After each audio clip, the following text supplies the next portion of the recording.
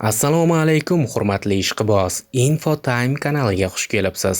Bugun bizda qiziqarli mavzu 5-iyundagi Jahon chempionati 2026 saralashi doirasidagi uchrashuvni nafaqat o'zbekistonlik muxlislar, balki Birlashgan Arab Amirliklaridagi muxlislar ham katta qiziqish bilan kutishmoqda. Sarlavhada ko'rganingizdek, bugun Birlashgan Arab Amirliklari muxlislarini ijtimoiy tarmoqlardagi sahifalardan olingan izohlarni e'tiboringizga namoyish etamiz. Ismlarni o'qiy olmayman chunki tilim kelishmayapti. Buning uchun oldindan uzr so'rayman. Demak, boshladim. Birinchi izoh.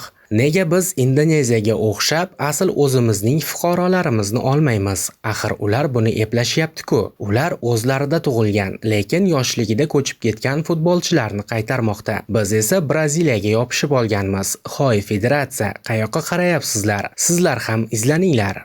Keyingi izoh. To'g'risini aytaman, biz hozir O'zbekistondan kuchsizmiz. Bizni futbolimizni kelajagi yo'q. O'zbekiston yoshlarga ko'p e'tibor qaratmoqda. Biz esa faqat legionerlarga.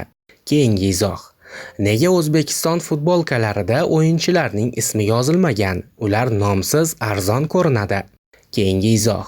Nega bizda hech kim legioner bo'lishni xohlamaydi? Bizning ham kuchli futbolchilarimiz bor-ku. Ana Saudiya Arabistonining bir futbolchisi hozir Romada himoyada o'ynayapti. Hoy do'stlar, pulni deb o'zimizda o'ynab yuravermay. Siz ham boring kuchli chempionatlarga. O'zbekistonda hozir deyarli barchasi chetga chiqib o'ynamoqda. Siz esa hali ham o'zimizda o'ynayapsiz. Qoyil qolmadim.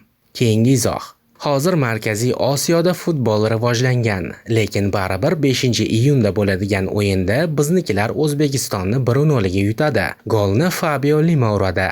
Keyingi izoh. Shimoliy Koreyani yutdik. Ular O'zbekistonni juda qiynagan. Bizning legionerlar ulardagi legionerlardan ancha kuchli.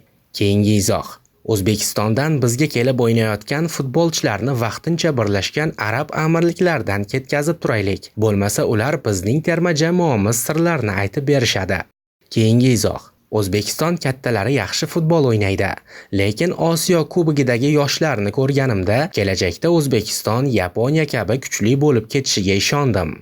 Keyingi izoh. Ularni bir legionerini taniyman. U Romada o'ynaydi. Eldor. Hozir u yuqori darajada o'ynayapti. Qo'rqinchim shunda. Qolganlarini zararsizlantirsak bo'ladi. Keyingi izoh. Paulo Bentoni nega ishdan bo'shatdilaring? Yana shu bosqichdaya? Kosminga ishonchim yo'q. Keyingi izoh. O'zbekistonni yutmasalaring sizlarni umuman keraklaring yo'q. Keyingi izoh. O'zbekistondagi o'yinni ko'rgan ko'zlarim bilan aytamanki, biz ulardan kuchlimiz. Ularga to'pni berib o'zimiz faqat qarshi hujumda o'ynashimiz kerak. Kayo Lukas, senga ishonaman. Keyingi izoh. Men ham o'zbeklarni kuzataman. Ular hozir juda o'zlariga ishonishmoqda. Eron bilan o'yindagi deyarli g'alabalari ularga shu ishonchni berdi. Bu esa bizga yaxshi. To'pni nazoratini O'zbekistonga bermaslik kerak. Shunda bizda ko'p imkoniyat bo'ladi. So'nggi izoh.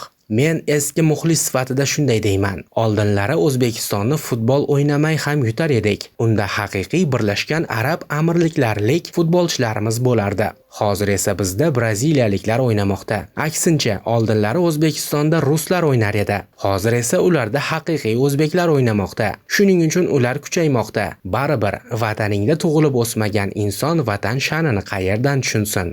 Ko'rib turganingizdek, Birlashgan Arab Amirliklari muxlislari ijtimoiy tarmoqlarda shunday fikrlarni yozib qoldirmoqda. Ba'zi bir izohlardan kelib chiqsak, ular biznikilarni mensimayapti. Ba'zi birlari esa bizdan qo'rqishyapti.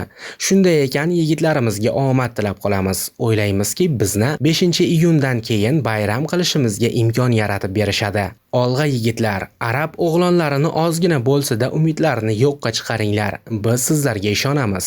Siz nima deb o'ylaysiz, qadrli ishqiboz? Fikringizni izohlar bo'limiga yozib qoldiring. Kanalimizga obuna bo'lishni va like bosishni unutmang.